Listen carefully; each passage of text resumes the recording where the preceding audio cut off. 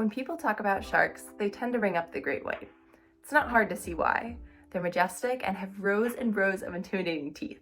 However, I often prefer to talk about a lesser-known shark I like to refer to as the off-brand great white, the basking shark, Cetorinus maximus. The name comes from the idea of literal basking. When swimming close to the surface, fishermen thought it looked like they were basking in the sun. They're grayish-brown on top and the same color, slightly lighter or white on the bottom. Basking sharks are enormous. While the average adult length is 22 to 29 feet long, they can grow up to 40 feet. These guys weigh over 5 tons and can live up to 50 years. Zooming in on their appearance, they're covered in tiny, backwards pointing teeth called dermal denticles.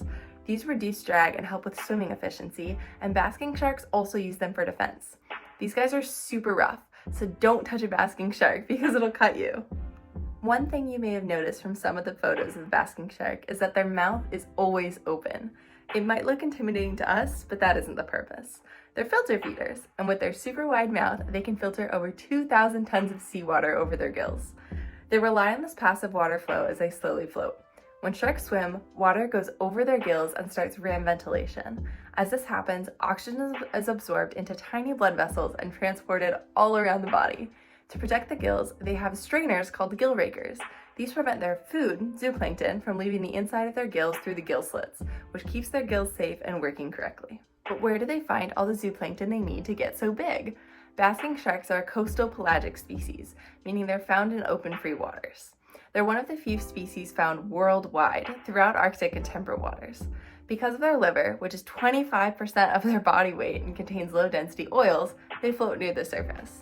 They're often seen in pairs or individually, but can travel in schools of 100 or more sharks. This is also a migratory species, so they go with wherever the zooplankton are, south in the spring and north in the summer. They participate in segregated migration by population and sex, so the same groups of same-sex sharks will stay together, likely only coming together to mate.